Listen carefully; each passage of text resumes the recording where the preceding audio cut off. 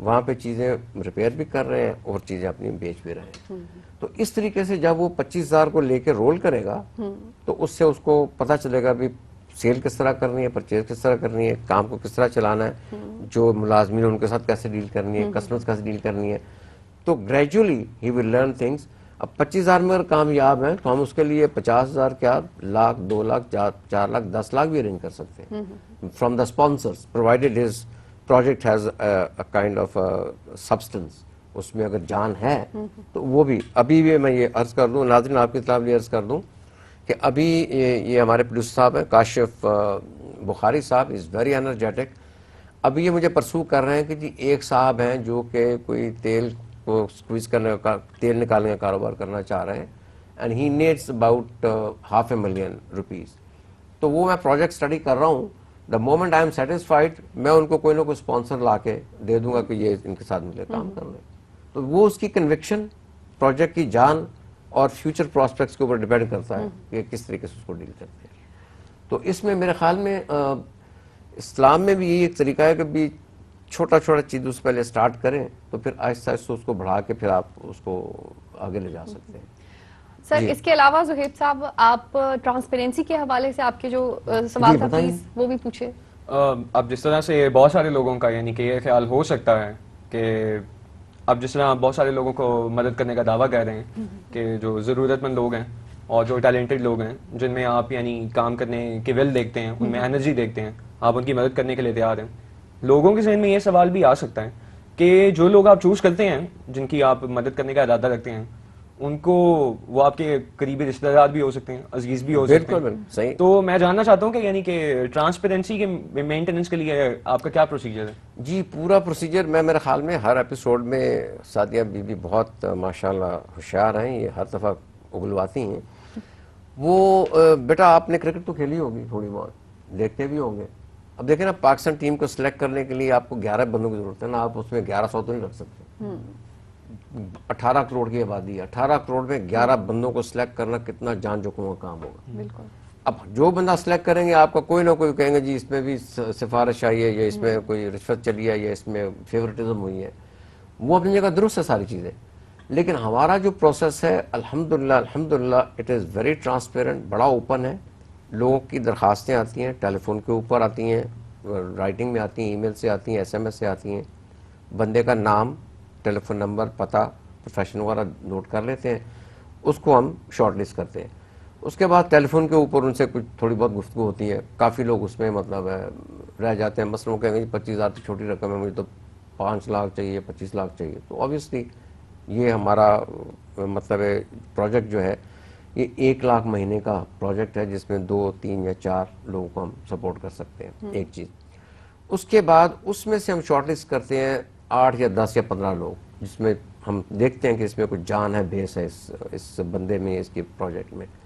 ان کو پھر یہاں باقاعدہ فزیکلی بلایا جاتا ہے, ان کا باقاعدہ آمنے سامنے انٹرویو ہوتا ہے, کوشچن ہوتے ہیں. دیر از اے فارم, اسپیشل فارم, ان کو فارم بھی دکھا دیجیے گا جس کے اوپر ہم نے تفصیل لکھی ہے کہ آپ کی فیملی اسٹرکچر کیا ہے, آپ کی انکم کیا ہے, آپ کی ایسٹس کیا ہیں, آپ کے باقی ذرائع کیا ہیں. اگر آپ کو 25,000 ملے تو آپ کہاں پہ خرچ کریں گے. وہ سیدھا یہ کہیں گے کہ میں سیدھا جا کے کوئی نہ کوئی مطلب ہے شادی کر دوں گا بہن کی یا کسی اور کزن وزن کی, تو وہ الگ بات ہے. اس کے بعد ان سے جب کوشچن کرتے ہیں تو میں نے تقریباً کوئی زندگی میں کافی لوگوں کو انٹرویو کیا ہے, مطلب ابھی میں interview board of various companies. تو وہ پتہ چلتا ہے اس کی باتوں سے, باڈی لینگویج سے, کنوکشن سے. اچھا کئی بچے ہوتے ہیں یا ینگسٹر ہوتے ہیں, وہ آپ کو کنٹیسٹ کرتے ہیں باقاعدہ کہ جی یہ میں کام کر سکتا ہوں, یہ میں کام نہیں کر سکتا, اس میں اتنا فائدہ ہوگا, اس میں اتنا فائدہ نہیں ہوگا. When they start arguing that means they know the business. ان کی کچھ بیک گراؤنڈ ہے, ان کا کچھ انٹرسٹ ہے, ان کو ریسرچ ہے کچھ, ٹھیک ہے نہیں. یہ بات اچھا, یہ کرنے کے بعد پھر وہ جو ٹاپ کے 4 بندے ہوتے ہیں, جیسے ابھی ایک خاتون آئی تھیں, انہوں نے کہا کہ جی ہمارا کاروبار تباہ ہو گیا, ہم لوگ پتہ نہیں پیکیجنگ کا کام کرتے تھے اور ہمارے بڑے سب کسٹمر تھے, سپلائر تھے, یہ تھا وہ تھا, لیکن ہمیں صرف مٹیریل اب خریدنے کے لیے 25,000 روپے چاہیے. تو آئی ڈکلائن.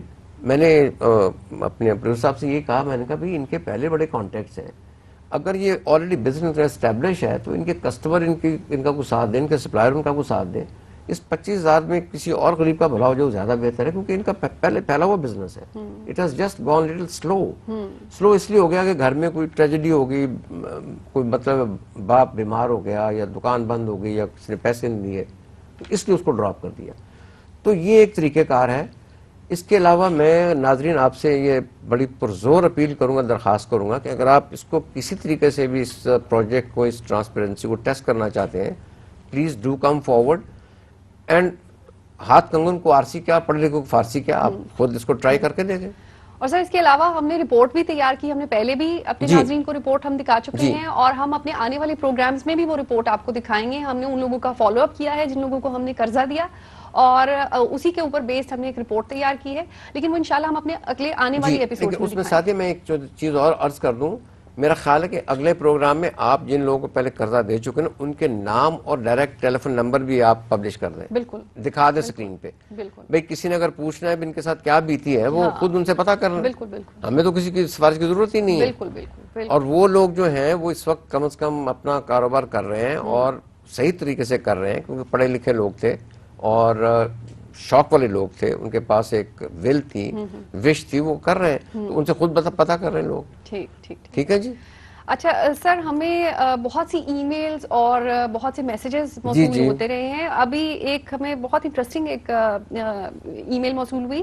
یہ احمد رضا صاحب ہیں, انہوں نے گجرانوالہ سے اپنا مسئلہ بیان کیا ہے. جی کیا مسئلہ تھوڑا ٹیڑھا ہے. مسئلہ یہ ہے کہ ان کا کیشیئر 1.5 لاکھ روپیہ لے کر بھاگ گیا. اچھا, تو اب یہ اس سلسلے میں جاننا چاہ رہے ہیں کہ یہ کیا اقدامات لے سکتے ہیں, کیا کر سکتے ہیں؟ اقدامات تو جو with due respect apologies, Punjab کی پہلا قدم تو ہوتا ہے نا, پکڑو مارو پیٹو اور پولیس اور یہ وہ فلانا ڈماکا. لیکن انفارچونیٹلی خواتین و حضرات, کاروبار میں یہ سارے سٹیپس جو ہیں یہ بڑے ان پروڈکٹیو ہوتے ہیں. لہٰذا اس سے سختی سے پرہیز کریں کہ اس کی کوئی ایف آئی آر کٹوائیں, اس کو پکڑیں. آپ کا اس ایف آئی آر کرانے کے بعد تقریباً 50% ٹائم تو پولیس اسٹیشنوں میں اور یہ ادھر ادھر گزر جائے گا. ٹھیک ہے, اس میں 3-4 چیزیں ہیں جی. پہلے تو انویسٹیگیشن کروائیں. سب سے پہلے کسی مستند بندے سے, چارٹروں کو افورڈ نہیں کر سکیں گے, لیکن کوئی بندہ پڑھا لکھا ہو, وہ دیکھے کہ اس کی وجوہات کیا ہیں.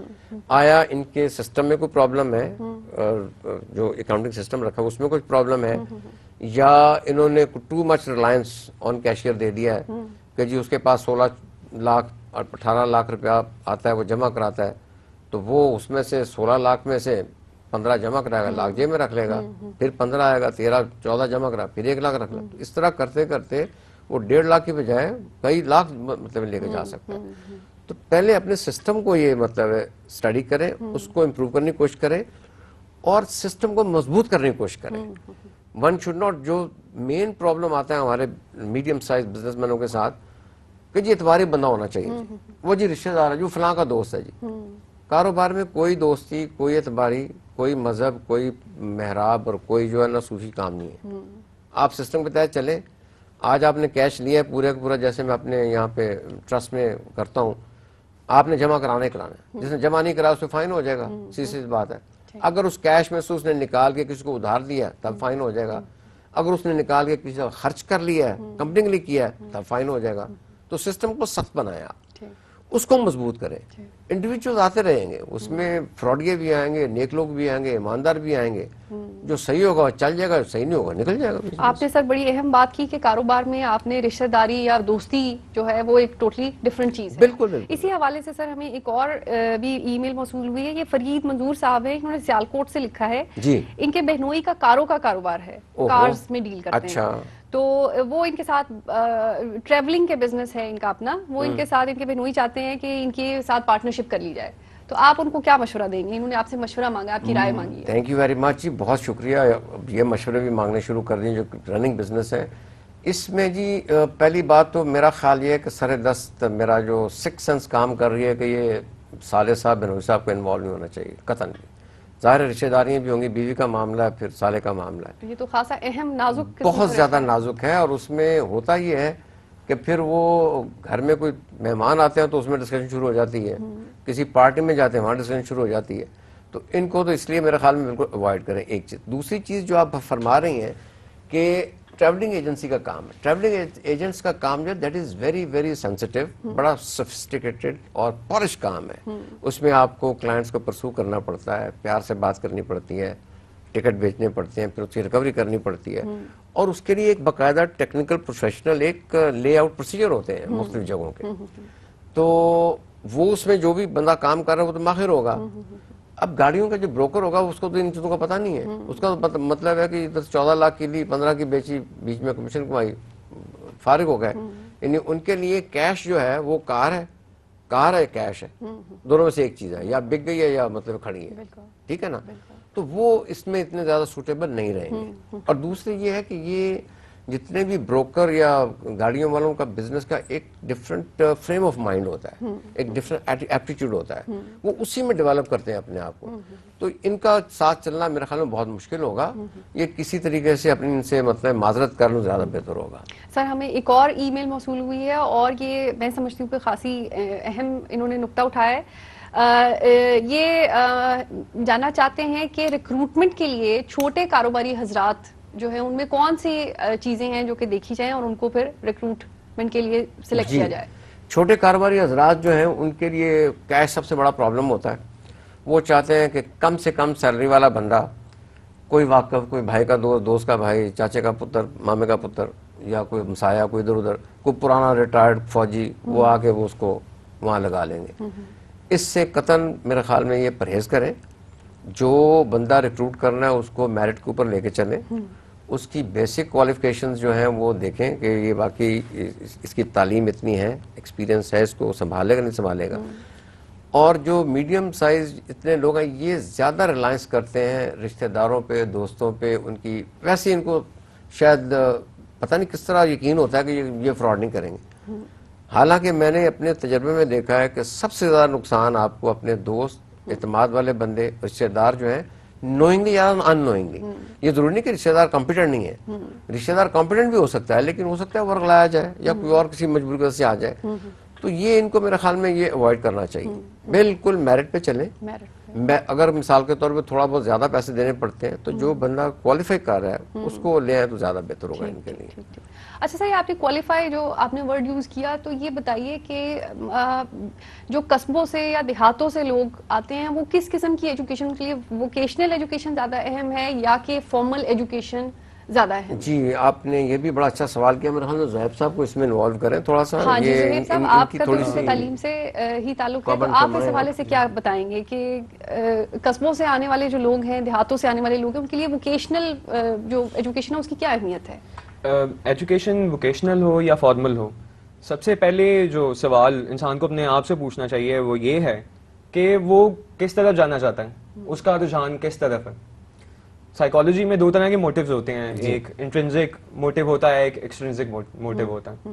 انٹرنسک ہوتا ہے کہ doing an activity for sake of the activity, کہ آپ ایک کام اس لیے کرتے ہیں کیونکہ آپ کو وہ کام کرنے کا مزہ آتا ہے. ایکسٹرنسک یہ ہے کہ آپ ایک کام اس لیے کر رہے ہیں کہ آپ کو کوئی ایکسٹرنل ریوارڈ مل رہا ہے, اس سے کوئی یعنی کوئی فائدہ ہو رہا ہے. جیسے کہ بہت سارے لوگ ہیں وہ جس طرح پیشہ ور لوگ ہوتے ہیں, کام کرتے ہیں تو ان کو اس کے لیے پیسے ملتے ہیں. ٹھیک, میرے خیال سے جتنی بھی ریسرچز ہوئی ہیں اس کے اندر یہ ہے کہ جو انٹرنسک موٹیو ہوتا ہے یعنی کہ doing the work for sake of the activity, وہ زیادہ ہیپینس پروڈیوس کرتا ہے, اور یعنی کہ اس کے جو ایفیکٹس ہوتے ہیں وہ لاسٹنگ ہوتے ہیں ایز کمپیئر ٹو ایکسٹرنسک موٹیو. جی جی, تو آپ کو اس طرف جانا چاہیے جہاں پر آپ کا رجحان ہے.